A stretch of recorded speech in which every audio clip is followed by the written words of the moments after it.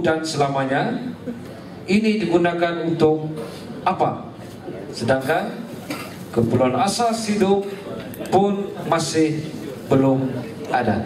Silakan Datuk, 5 menit. Terima kasih Saudara Profesor Moderator. Ini perkataan kroni ni kan, ini perkataan yang selalu digunakan oleh setengah-setengah pihak untuk mengatakan kalau ada syarikat yang mendapat projek daripada kerajaan ataupun kawan mendapat projek, lepas itu kroni. Saya kira beginilah, kalau saya ingin jawab pun sudah tentu kalau itu sudah melekat di kepala yang susah saya buat.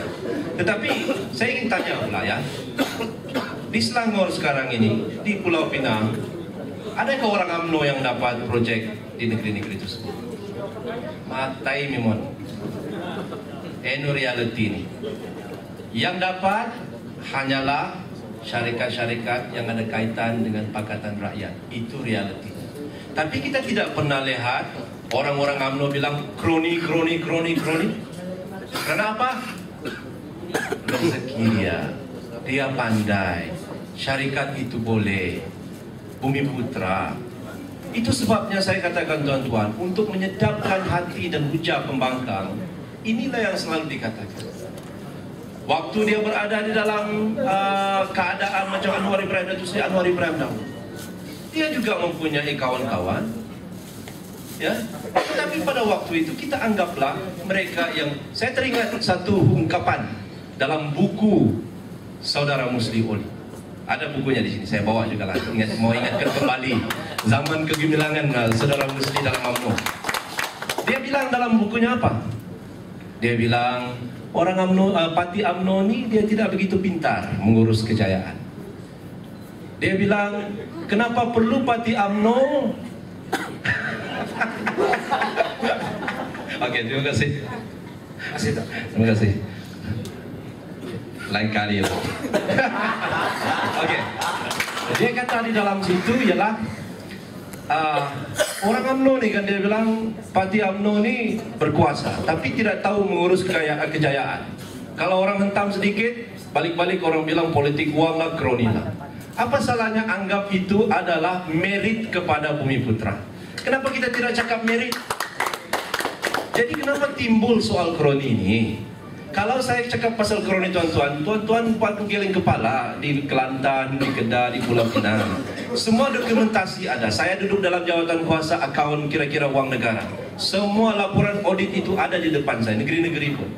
Kalau di Kelantan, baru-baru ini dikeluarkan cerita tentang bagaimana satu kawasan balak sebesar 2 kali ganda Kuala Lumpur diberikan kepada syarikat-syarikat, 16 syarikat tanpa open tender.